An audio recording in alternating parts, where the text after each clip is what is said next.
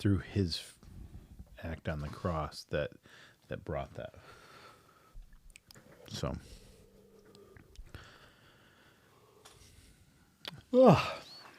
How do you yawn after like 4 cups of coffee? It's you do it like this. Ugh. You have not had a single cup of coffee since you've been here. I'm a champ. I haven't had a single cup of coffee since I was like 20. That's ridiculous. That's how I roll.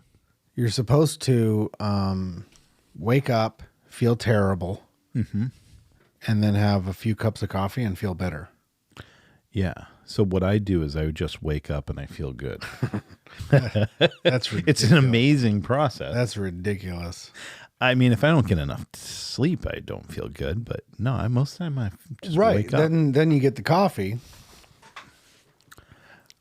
Well, I drink coffee even if I got all kinds of sleep.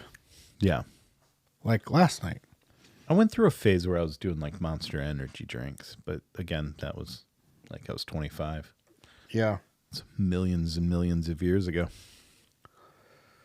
Well, we got plenty of sleep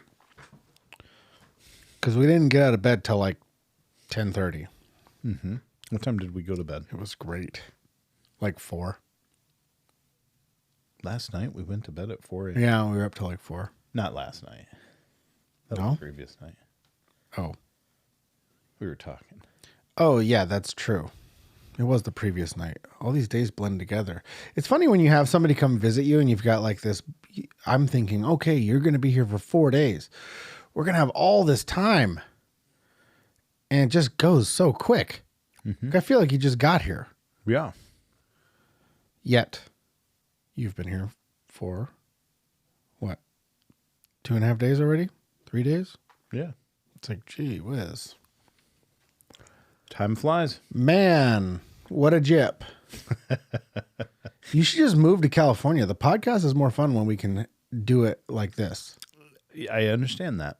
And if that was the only variable, It's the most important variable. it might have been a possibility. There are other variables. Okay, like- they have good schools here. They do. Yeah. They also need teachers. Yeah. I don't know if I want to. The weather's warmer. In California, but the weather is warmer. I'll give you that one. I left 8 inches of snow at 10 degrees for sunny 65. California, and it's been the 70s pretty much every day I've been here. I know. It's awesome. It's pretty good. It is pretty darn good. So we had a nice breakfast today. We had a nice breakfast today. And I've never been to a bagel place that has a line out the door yeah, for bagels. Bagels aren't that key. And this wasn't like the fancy bagel place. It was just on a strip mall as far as I could tell. yeah, but I tell you what, it's an amazing place called Shirley's Bagels. I take people there when they visit because it's just a fantastic breakfast. Yeah, so if you come to the Thompson Gallery, Yeah, he'll take you out to the Shirley's Bagels. exactly. That's it's part of the package. The Yeah. visitors package, we also include one morning of Shirley's Bagels. And since it was just you and I, we just took a scooter. Yeah, Because well, it's well, only why like not? 5 miles away. And so This is the bonus package. We've if already you- learned how to scooter. I mean, we've got practice by now. Yeah. We're really good at it. I've at this only point. fallen once. You had only fallen once. And that was with the help of, FaceTiming with my delightful wife who it laughed made at perfect sense. Like, I laughed at you for falling because you can't ride one-handed. And there you go. You're trying to, like, we had a discussion, like, you might want to pull your hand off. Don't. But it makes sense when you're filming and riding and, down by there, they've got all kinds of speed bumps and there's bumps in the road and it's still a scooter. So it's, it reacts to bumps. So Yeah. makes perfect sense. But we have also had a lot of practice because yesterday we rode those things like 20 plus miles all over Orange County practically. me. Yeah. Yeah. You're not supposed to ride all the places we rode, I don't think. Well, But you know, that's okay. I didn't see any signs that says do not ride a super fast, super large, powerful scooter and we were down going this road. And we were going as fast as the cars. So it's kind of like, Sometimes we were passing them. yeah, you're not going to. Anyway. So we got to a particular intersection on our way home. Yeah. We were just blocks away from your house. We were almost done. We weren't even going fast. We were like on the sidewalk right near like we were going to go across the crosswalk. Mm-hmm. And you went across. Yep. And I don't know if you saw it, but I'm looking and it looks like the concrete goes from the sidewalk to a smooth transition to the road. Yes. That's what it appeared to be when I looked. But it was a curb. But it was a curb. And I don't know if you recognized it, but when you think that there's not going to be a curb and there turns out to be there's a curb, you tend to be leaning forward a bit. Mm-hmm. If there's a curb, you lean backwards a little bit so that the weight, the front pops up a little bit. Yeah. And then you kind of jump down. Right. And it's good. But I was leaning forward. Now, once I recognized, oh no, there's a curb and I'm leaning a little too far forward, I thought I should probably brake. So there are two brakes. One's a rear, one's a front. Now, to be completely honest, I said rear with this hand and front with this hand because now I am aware of which one was the front and the rear. It turns out at the time I had no idea. You pull them both and they both stop. Right. Well, You pull this the front one is the front. Got it. Because when I hit it, and this all happened in a blink of an eye. Yeah. I leaned forward, I hit the brake, wrong brake, and the front wheel locked up, and I went straight over the handlebars. And I didn't actually see it. I heard the noise, and I looked behind me, and I just saw you tumbling. So I didn't see the actual event. But I was like, oh no. And I thought, you always go down hands first because it's just natural that you would brace yourself for impact. You can't help it. Yeah. And I was like Superman flying across the pavement. And I was like, oh no. My brother has broken his wrist and I've popped my elbow out when I was falling. And it's like, that's always your hands go down and it's never it's never good. And I was like, oh, we're going to the hospital. But you were fine. You got up. Yeah, I was Yeah, good. you got up and you were like, whoops. And now the scooter goes ree when you watch it, when you push it. That's all right. It's just a little adjustment of the brake pads. Yeah. Well, the thing is that up to that point, I was riding the white one until I crashed it. And then you're like, here, use the blue one. And then I crashed that. And so, Oh, you crashed them both? yeah, both of them. I thought you were using the same one. No. So, Oh, okay. But they've been crashed before, right? Would it make you feel better if they had? Of course. Yeah, they've been crashed lots of times. But have they been crashed before? Yep. By whom? Oh, gonna let's see verify your source. how many people have crashed those scooters. Boy, oh boy. I couldn't think of all the names. They haven't. They haven't been crashed. They I haven't. crashed. I was the first one to crash both of these scooters. I thought you crashed the same one. No, It was both, huh? sorry. It's funny. Well, that's okay. The thing about toys, I'm a good person for that kind of thing to happen because I have never been somebody who has got like super nice things.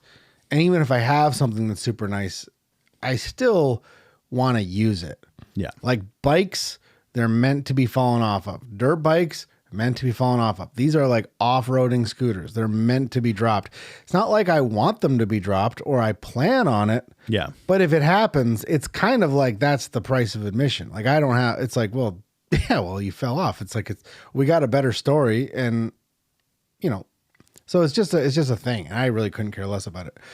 Well, And, I appreciate it. Was that. not, it's nice that they work still great. I mean, we hauled all the way home from the last remaining 3 blocks of your I'm like, broken wrists. No, no, I really appreciate that. I appreciate that I was, once you I was hurt, very it was funny. embarrassed. Yeah, I know what Very that's like. embarrassed.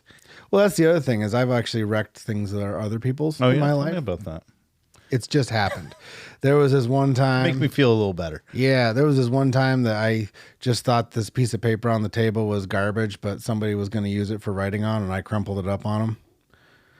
So It didn't make me feel better. let's see here.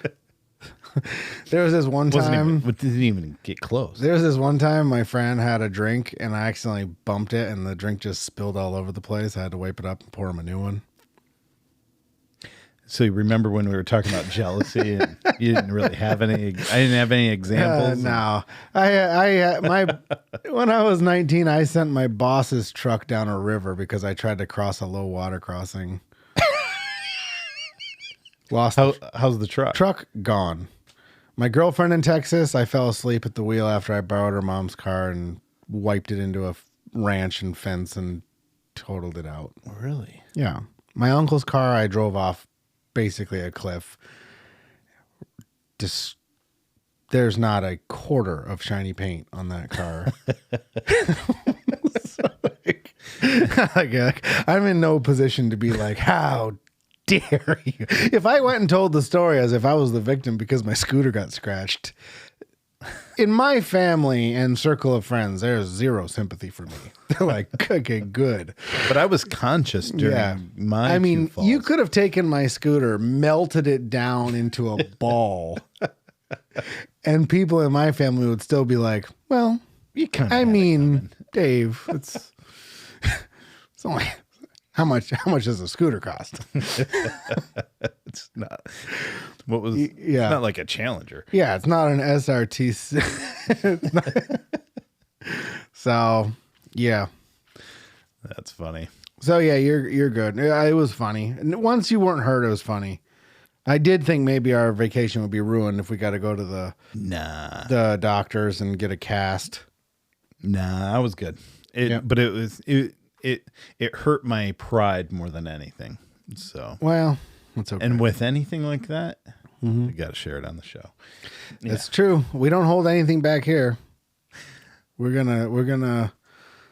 Well, I mean, that's also one of the main things that's happened. Yes, me crashing your scooter I mean, it's only been here 4 days. I mean, 2 accidents in 4 days is above average. I'm Yeah. an above average kind of guy. That's the way I like to live. I'm just saying, as if far I'm as going to do something, I'm going to do it. you know. yeah, I mean, like of all the things we've done, that's the most, I guess, maybe unique experience. Yes. My wrists and my palms and my knees and my jeans. Your nice pants. They can all testify that that's the most exciting thing that's happened. Well, maybe your next gift will be new jeans Hey, instead of t-shirts. with my face screen printed on them. Thank goodness you didn't mess up that last t-shirt. That's true. Your Christmas present is safe. Those jeans are easier to replace than my face.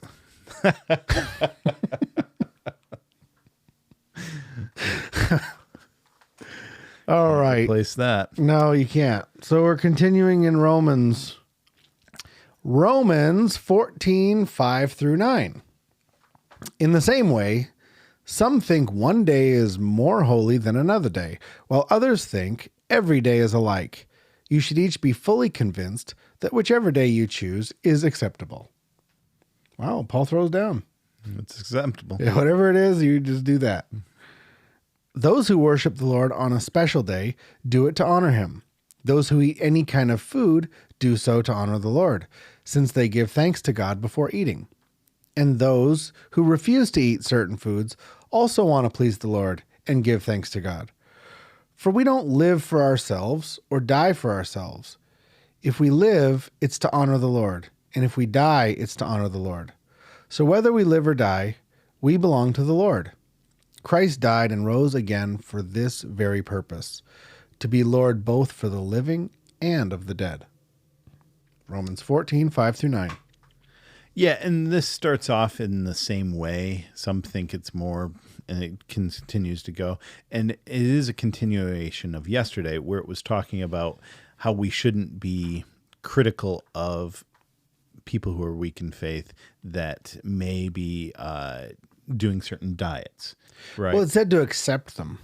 Yes. Like accept them, meaning don't take those things and like make them feel bad or cut them off, right? Yeah. And so in the same way, people that are choosing one day to be sort of like a Sabbath day or another day, you shouldn't, Does the Seventh-day Adventist people have this? Do they believe in Romans? Well, they believe in Romans. But they believe in this part? They would probably have a justification for this part. Because they're literally called Seventh-day Adventists because that's like their most important thing, I think. The real Sabbath is Saturday.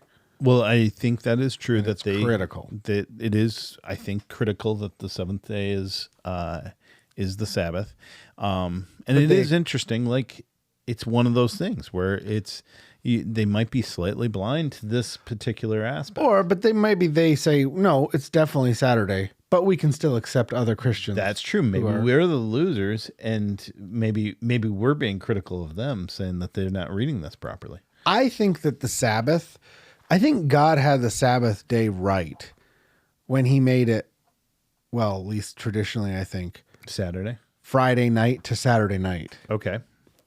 Because it seems to make way more sense. Because if you are working, imagine you're working on Friday night after work, the sun goes down, you're tired. Yeah.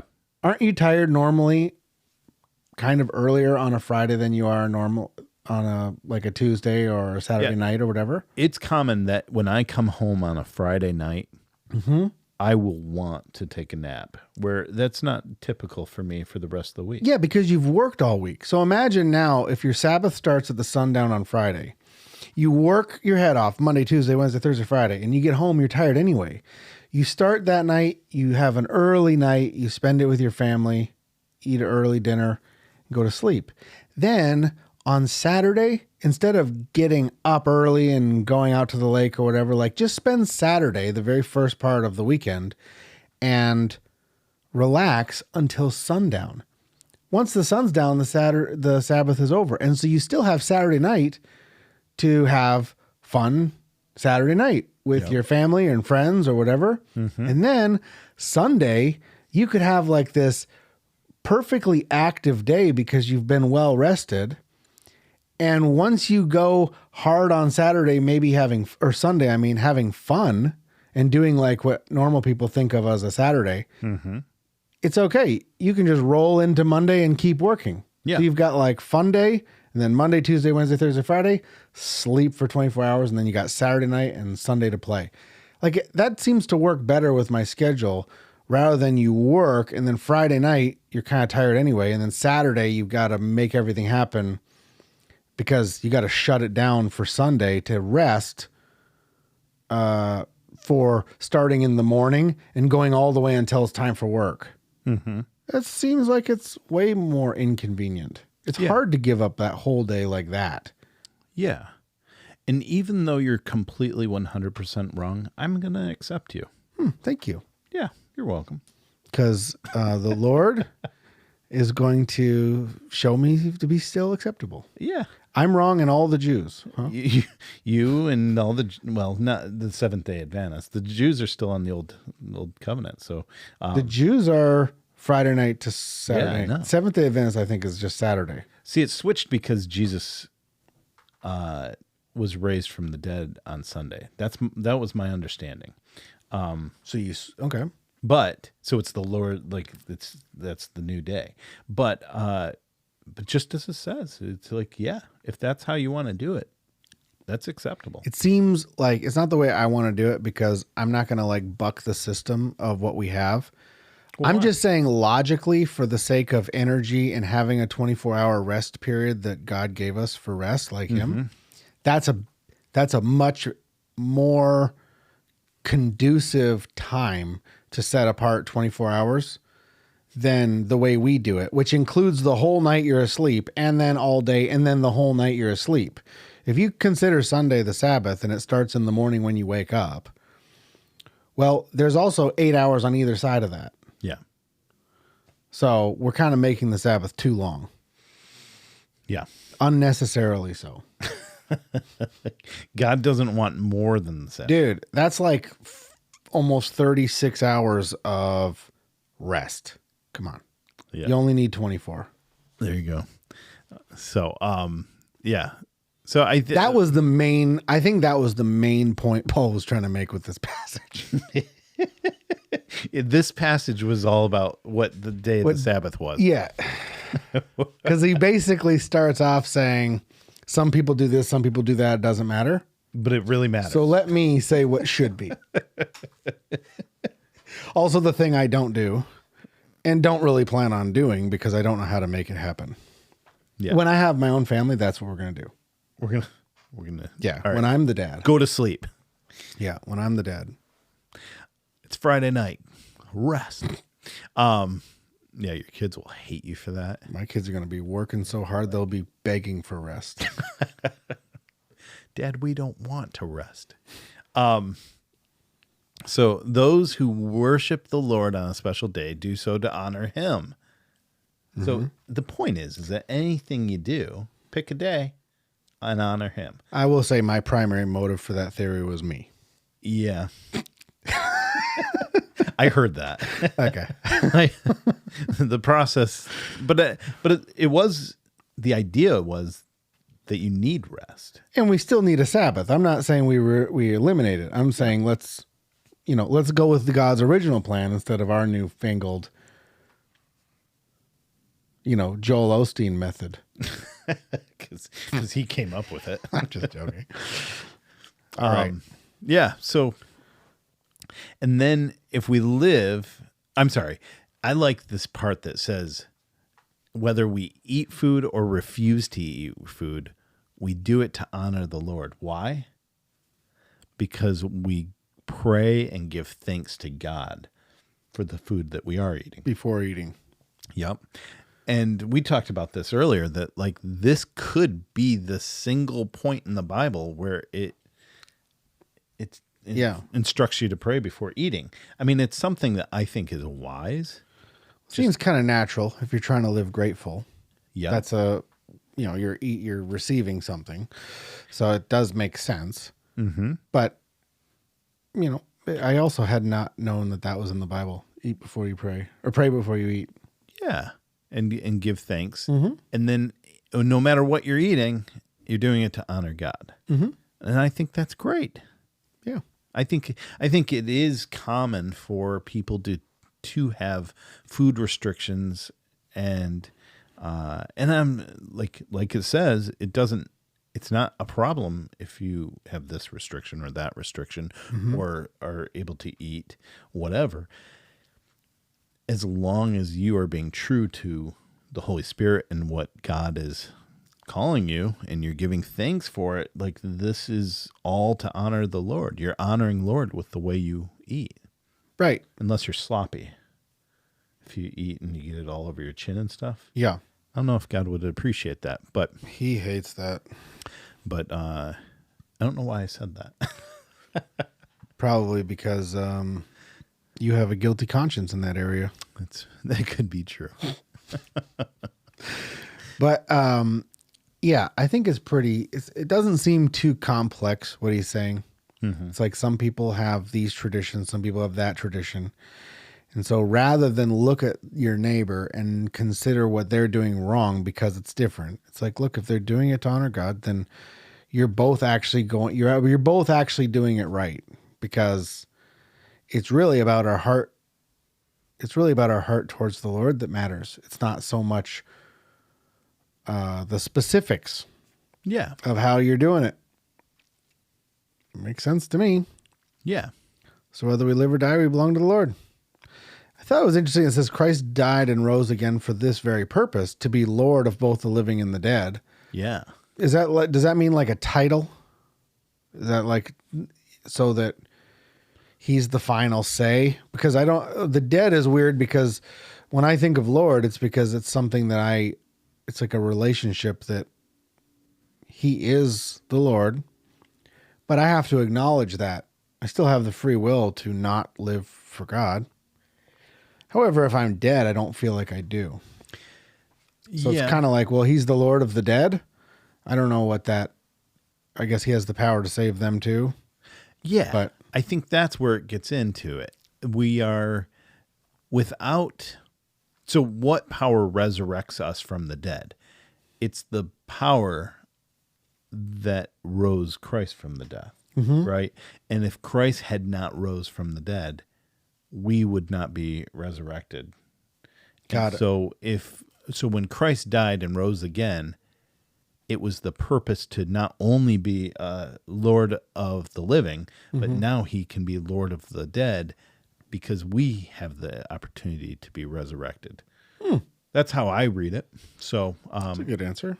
But yeah, but it's there is this idea that whether you live or die, it's to honor the Lord. It's like with all your might, with everything you've got, despite whatever the world throws at you, you're to make God the Lord of your life, and to do all things to honor the Lord. And I think that as a goal in the good race, that is a good goal, to be focused on that finish line, that you want to honor God with your life. With every decision. To the extent you can, even to your death. From Friday night until Saturday night sundown. Yes. Ideally. But if you do it different, that's also good.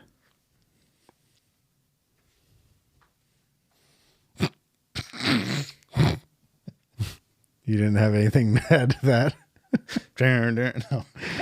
You're like, Dave, why do you ruin it always at the end? No, I wasn't thinking that. Okay, good.